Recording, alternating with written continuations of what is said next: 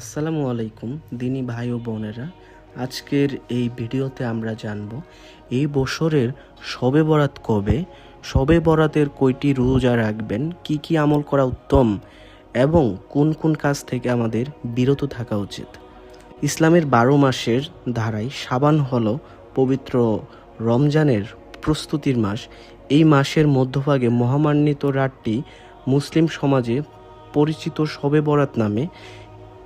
হাদিসের পরিভাষায় একে বলা হয় লাইলাতুন নিসফি মিন শাবান, অর্থাৎ শাবান মাসের মধ্য রজনী আত্মশুদ্ধি, ক্ষমা প্রার্থনা ও আল্লাহর নৈকট্য লাভের এক অনন্য সুযোগ নিয়ে আসে এই বরকতময় রাত। কবে শবে বরাত? এই বছরে শবে বরাত পড়েছে বুধবার 4 ফেব্রুয়ারি। শবে বরাতের আমল করতে হবে মঙ্গলবার দিবাগত রাতে, অর্থাৎ মঙ্গলবার মাগরিবের পর থেকে বুধবার ফজর পর্যন্ত।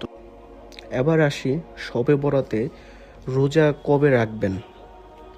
এগুলো নফল রোজা, যারা সক্ষম তারাই রাখতে পারবেন। আগামী 3 ও 4 ফেব্রুয়ারি মাসে মঙ্গলবার ও বুধবার রোজা রাখবেন। চলুন হাদিসের আলোকে আমরা শবে বরাতের 2টা ফজিলত সম্পর্কে জেনে নেই। 1. সাহাবী মুয়াজ ইবনে জাবাল রাদিয়াল্লাহু তাআলা আনহু থেকে বর্ণিত, রাসূলুল্লাহ সাল্লাল্লাহু আলাইহি সাল্লাম ইরশাদ করেন, আল্লাহ তাআলা অর্ধ শাবানের রাতে তার সৃষ্টির প্রতি রহমতের দৃষ্টি দেন এবং মুশরিক ও বিদ্বেষ পোষণকারী ছাড়া সবাইকে ক্ষমা করে দেন। নাম্বার 2, উম্মুল মুমিনিন আয়েশা রাদিয়াল্লাহু তাআলা আনহা বর্ণনা করেন, রাসূলুল্লাহ সাল্লাল্লাহু আলাইহি সাল্লাম এ রাত্রে দীর্ঘ সময় সেজদাহ থেকে নামাজ আদায় করতেন এবং উম্মতের জন্য আল্লাহর কাছে ক্ষমা প্রার্থনা করতেন। শবে বরাতের 5টি ফজিলতপূর্ণ আমল। 1. তওবা ও ইস্তেগফার, অতীতের গুনাহের জন্য আন্তরিক অনুশোচনা ও ক্ষমা প্রার্থনা করা। 2. নফল নামাজ, সক্ষমতা অনুযায়ী নফল নামাজ আদায় করা, তবে নির্দিষ্ট কোনো রাকাত সংখ্যা বা নিয়ম নেই। 3. কুরআন তেলাওয়াত করা, অর্থসহ কুরআন তেলাওয়াত করা যা রহমত লাভের অন্যতম মাধ্যম। 4.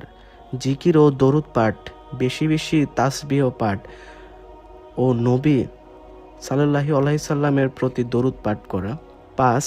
অন্তর পবিত্র রাখা, আমল কবুলের পূর্ব শর্ত হিসেবে অন্যের প্রতি ঘৃণা বা শত্রুতা পরিহার করা।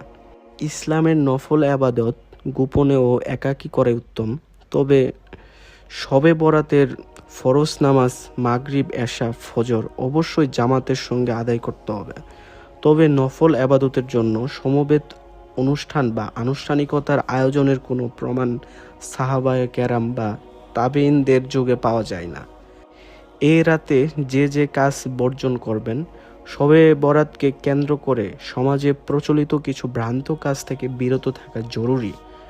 আতশবাজি ও পটকা ফাটানো, অপ্রয়োজনীয় আলোকসজ্জা, বিশেষ খাবারকে ইবাদতের অংশ মনে করা, মাইক ব্যবহার করে উচ্চ শব্দে ইবাদত করা যা অন্যের ঘুমের ব্যাঘাত ঘটায়।